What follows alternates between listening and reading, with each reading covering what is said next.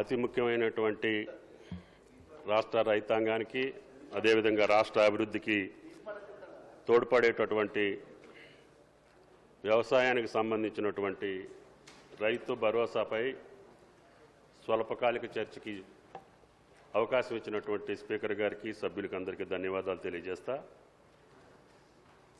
అధ్యక్ష, 18-19 ఆనాటి ప్రభుత్వం రైతు బంధు పథకాన్ని ప్రారంభించింది. అధ్యక్ష, ఈ పథకం మొదటగా 4,000 రూపాయలు ఎకరానికి చొప్పున పంటకి అదేవిధంగా 2 దఫాలుగా నమోదు చేసి భూ యజమానులకు అదేవిధంగా ఆర్ఓఎఫ్ఆర్ పట్టాదారులందరికీ కూడా 19-20లో ఈ సహాయాన్ని 5,000కి పెంచడం జరిగింది. అధ్యక్ష, ఈ పథకం ధరణి పోర్టల్లో లభ్యమయ్యే భూమి హక్కుల రికార్డుల ఆధారంగా నిర్ణయించబడింది. అధ్యక్ష, కావున భూమి కలిగిన వారు సాగు చేయకపోయినా ఈ పథకానికి అర్హులయ్యారు. అధ్యక్ష, ఈ రైతు బంధు అమలు చేసినటువంటి విధానం వ్యవసాయ శాఖకు లబ్ధిదారుల పేరును మార్చడం లేదా CCLA నుండి అందిన భూమి విస్తీర్ణంలో మార్పు చేయడానికి అనుమతి లేదు. అధ్యక్ష, వ్యవసాయ శాఖ పట్టాదారుల బ్యాంక్ ఖాతా వివరాలను సేకరించి రైతు బంధు పోర్టల్ అప్డేట్ చేస్తుంది. ఆ ప్రకారంగా RBI యొక్క ఈక్యుబేర్ ప్లాట్ఫారం ద్వారా భూమి యాజమాన్యం విస్తీర్ణానికి అనుగుణంగా రైతుల బ్యాంక్ ఖాతాలకు నేరుగా ప్రయోజనాలు బదిలీ చేయబడుతున్నాయి. అధ్యక్ష, ప్రతి పంట కాలానికి ముందు CCLA కమిషనర్ నుండి గిరిజన సంక్షేమ శాఖ నుండి సేకరించిన పట్టాదారుల డేటా మరియు ROFR పట్టాదారుల ఆధారంగా ఈ పథకం కింద సాయం అందించడం జరిగింది. అధ్యక్ష, ఈ పథకం ప్రారంభం అయినప్పటి నుండి 12 సీజన్లకు గాను 80,453.41 కోట్లు రైతు బంధు కింద రైతులకు విడుదల చేయడం జరిగింది. అధ్యక్ష, అయితే 23-24కు సంబంధించినటువంటి సహాయం 7,625.14 కోట్లు మాత్రం మా ప్రభుత్వం చెల్లించింది. అధ్యక్ష, 18 వరకు పంటల సర్వే రెవెన్యూ శాఖ ద్వారా జరిగేది. అధ్యక్ష, అందులో గ్రామం వారీగా పంట వారీగా విస్తీర్ణాన్ని కంటి అంచనాలతో ఉజ్జాయింపుగా చేసేవారు. 18లో భూమి రికార్డుల డిజిటలైజేషన్ తర్వాత పంటల సర్వే వ్యవసాయ శాఖ బాధ్యతగా మారింది. అధ్యక్ష, వానాకాలం 19 నాటికి AEOలు మొబైల్ యాప్ సహాయంతో పంటల నగదు సర్వే ప్రారంభించారు. అధ్యక్ష, 19 పంటల నమోదు ప్రారంభం నుంచి రైతు వారీగా రైతు బంధు సాయం పొందిన విస్తీర్ణం మరియు వారి పంట వేసిన విస్తీర్ణం విశ్లేషణ చేయగా సుమారు 21,283.66 కోట్ల సాగు చేయని భూముల కోసం విడుదలయ్యాయని గమనించడం జరిగింది. అధ్యక్ష, ఆ టేబుల్ కూడా మీకు నోట్లో ఏ సంవత్సరంలో ఎంత జరిగిందనేది కూడా మీకు వివరాలు ఇచ్చాం. అధ్యక్ష, దీనివల్ల రైతు భూమిని సాగు చేస్తే మాత్రమే ప్రయోజనాలు ఇవ్వాలి. అధ్యక్ష, GO/RT నెంబర్ 231 ప్రకారం ఈ పథకం యొక్క ముఖ్య ఉద్దేశం. అధ్యక్ష, కానీ దీన్ని స్పష్టంగా పేర్కొన్నప్పటికీ అమల్లో చాలా వ్యత్యాసం కనపడుతుంది. అధ్యక్ష, అదేవిధంగా గౌరవ సభ్యుల పరిశీలనార్థం కేంద్ర ప్రభుత్వం అమలు చేస్తున్నటువంటి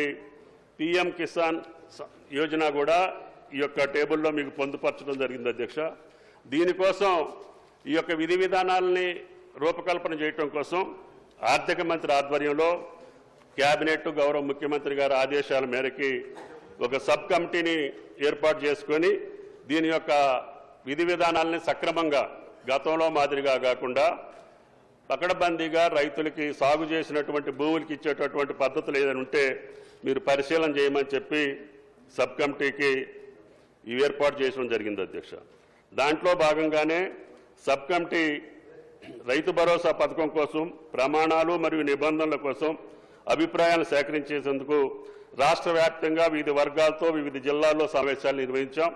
అంతేకాకుండా వీడియో కాన్ఫరెన్స్ ద్వారా రైతుల నుంచి ప్రతిపాదిత పథకం గురించి అభిప్రాయాలు సేకరించాం. అధ్యక్ష, సహకార సంఘాల నుంచి కూడా ప్రత్యేక సమావేశాలు ఏర్పాటు చేసి వారి యొక్క ఉద్దేశాలను కూడా గమనంలోకి తీసుకోవడం జరిగింది.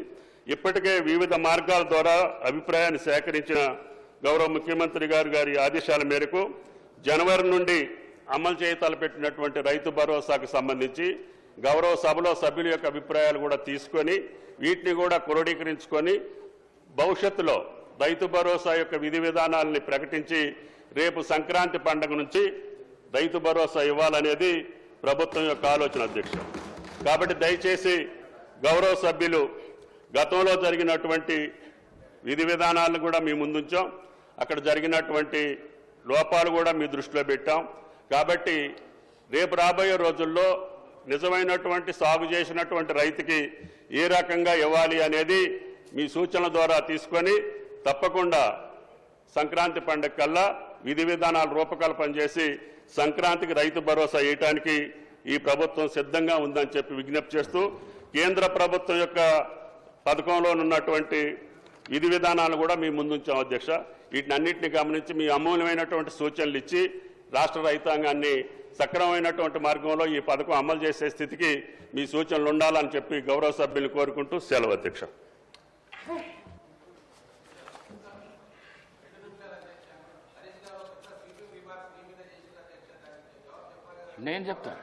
నేనే చెప్తా గౌరవ సభ్యులు హరీష్ రావు గారు చాలా సీనియర్ శాసనసభ్యులు, 10 సంవత్సరాలు మంత్రి పదవి చేసిండు, 21 సంవత్సరాల నుంచి శాసనసభలో ఉన్నాడు. కానీ ఎప్పుడూ ఆలస్యంగా స్టార్ట్ కాలేదు. నేను 9 నుంచి 9:30 లోపల నేను వస్తాను.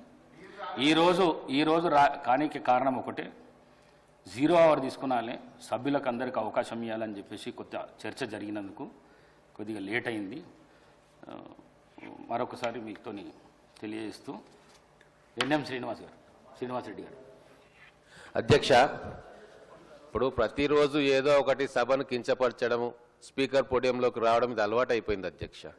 ఎప్పుడు స్టార్ట్ చేసినామని కాదు, సభలో ఎంత సమయం ప్రజా సమస్యల కోసం చర్చించడం అనేది ముఖ్యం అధ్యక్ష. అతి ముఖ్యమైన బిల్లులో ఈసారి ఏ విషయంలో కూడా వాళ్ళు చర్చకు తీసుకురాలేదు అధ్యక్ష, చర్చ పెట్టలేదు అధ్యక్ష. వాళ్ళు పెట్టిన ప్రివిలేజ్ మోషన్ కూడా అడ్డుకునే ప్రయత్నం చేసిండ్రు. భూభారతి మీద 2 రోజులు సమయం అడిగితే మీరు ఉదార స్వభావంతో మీరు సమయం ఇస్తే ప్రిపేర్ అయి వస్తాము మా ఇంత పెద్దది అన్నోళ్ళు ఆ రోజు ఏం చేసిండ్రు అధ్యక్ష? ఒక్కసారన్నా 1 నిమిషం అన్న సభలో మాట్లాడినరా? ఇంకొకటి అధ్యక్ష, సమయం గురించి మాట్లాడుతూ ఉన్నారు, ప్రిన్సిపల్స్ గురించి మాట్లాడుతూ ఉన్నారు. లీడర్ ఆఫ్ అపోజిషన్ ఇప్పటిదాకా ఈ సభకే రాలేదు అధ్యక్ష. ఈ సభ శాంక్టిటీని తక్కువ చేస్తున్నారు అధ్యక్ష. దాని గురించి కూడా మాట్లాడాలి కదా అధ్యక్ష.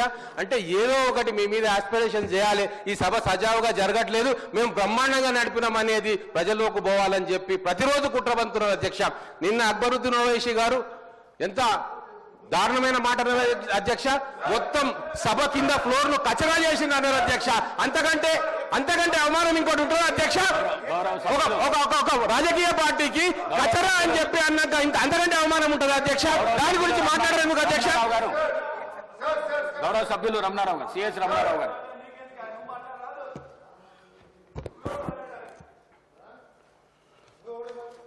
అధ్యక్ష 2018-19 సంవత్సరంలో మరి అప్పటి ప్రభుత్వం రైతు బంధు పథకాన్ని ప్రవేశపెట్టడం జరిగింది. మరి ఆ రోజు నుండి పోయిన వర్షాకాలం వరకు, అంటే మొన్న కాక అంతకుముందు వర్షాకాలం పంట వరకు, మన పోయిన వర్షాకాలం పంట వరకు 72,816 కోట్ల రూపాయలు మొత్తం ఇప్పటివరకు వెచ్చించడం జరిగింది. కాంగ్రెస్ ప్రభుత్వం వచ్చిన తర్వాత ఒకసారి రైతు భరోసా ఇవ్వడం, మరి దానికన్నా ముందు గత ప్రభుత్వం ఇవ్వడం, సాగైన భూములకు ఇచ్చింది 50,210 కోట్లు. మరి ఇలా రాళ్లకు రప్పలకు పంటలు వేయనటువంటి భూములకు, అటువంటి భూములకు కూడా దాదాపు 22,606 కోట్ల రూపాయలను మరి గత ప్రభుత్వం మరి అప్పనంగా ఇవ్వడం జరిగింది.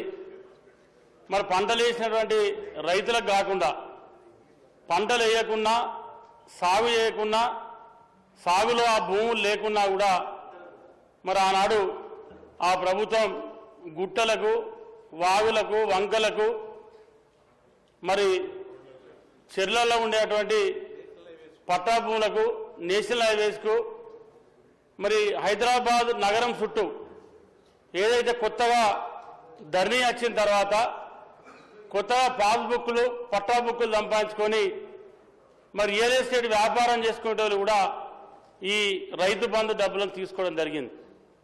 మరి ఇంత ఎత్తున పెద్ద ఎత్తున దుర్వినియోగం జరిగి దాదాపు 22,600 కోట్ల రూపాయలను మరి గత ప్రభుత్వం ఆనాడు వెనుక ముందు చూడకుండా ఎలాంటి చర్యలు లేకుండా మరి ఇష్టం వచ్చినట్టు ఇవ్వడంతో ఇవాళ ప్రజా డబ్బులు దుర్వినియోగం జరిగినాయి. మరి ఏదైతే రైతులకు చెందాల్సినటువంటి డబ్బులు ఇవాళ పెద్ద పెద్ద వ్యాపారవేత్తలకు, రియల్ ఎస్టేట్లకు, మరి ఎవరైతే పెద్ద పెద్ద భూస్వాములు ఉన్నారో వాళ్ళందరూ కూడా ఇవాళ 100 ఎకరాలు ఉన్న వాళ్ళు కూడా వాళ్ళు హైదరాబాద్లో ఉంటారు. గ్రామాలలో సంబంధం ఉండదు, వ్యవసాయంతో సంబంధం ఉండదు. ఇక్కడ రియల్ ఎస్టేట్ చేసి మరి అక్రమంగా సంపాదించుకున్నటువంటి భూములు ఏవైతే ఉన్నాయో మరి ఆ భూములకు కూడా పెద్ద ఎత్తున రైతు బంధు ఇవ్వడం జరిగింది.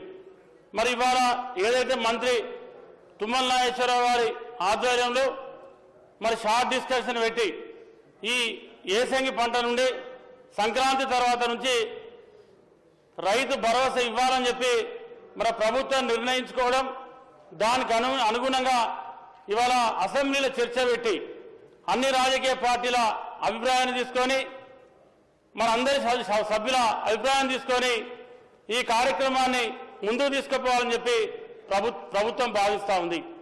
ఇవాళ నాది ఒక చిన్న సూచన అధ్యక్ష, మీ ద్వారా మరి ఏదైతే అది వర్షాకాలం పంట కానీ యాసంగి పంట కానీ ఏదైతే రైతు పండించినటువంటి పంటకు ఏ రైతు అయితే పంట పండిస్తూ ఉన్నాడో ఆ రైతుకే రైతు భరోసా ఇస్తే బాగుంటుంది అనేది ఒక ఆలోచన చేస్తే బాగుంటుందని చెప్పి నేను సూచన చేస్తూ ఉన్నా.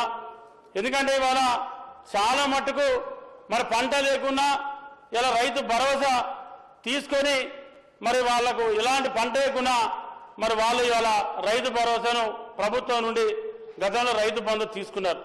మరి అటువంటి జరగకుండా పక్కాగా మీకున్న సమాచారం మేరకు మరి అయితే మన అధికార యంత్రాంగంతో క్షేత్రస్థాయిలో మరొక మంచి రిపోర్ట్ తీసుకొని ఇవాళ ఈ రాష్ట్రంలో వరి పంట ఎంత ఉంది, మిగతా ఇతరాతర పంటలు మొక్కజొన్న కావచ్చు, పత్తి కావచ్చు, మిర్చి కావచ్చు, పసుపు కావచ్చు, సోయా కావచ్చు, ఎర్రజొన్నలు కావచ్చు, ఇంకా ఈ రాష్ట్రంలో వేసేటువంటి వాణిజ్య పంటలు కావచ్చు, పప్పు దినుసులు కావచ్చు, పండ్ల తోటలు కావచ్చు, ఏదైనా కూడా మరి సమగ్రమైనటువంటి ఒక సర్వే చేసుకొని మరి వానకాలం పండేటువంటి పంట ఏది, ఏసంగి పండేటువంటి పంట ఏది, సంవత్సరం మొత్తం పండేటువంటి 6 నెలలు, 8 నెలలు, 9 నెలలు ఉండేటువంటి పంట కూడా ఉంది.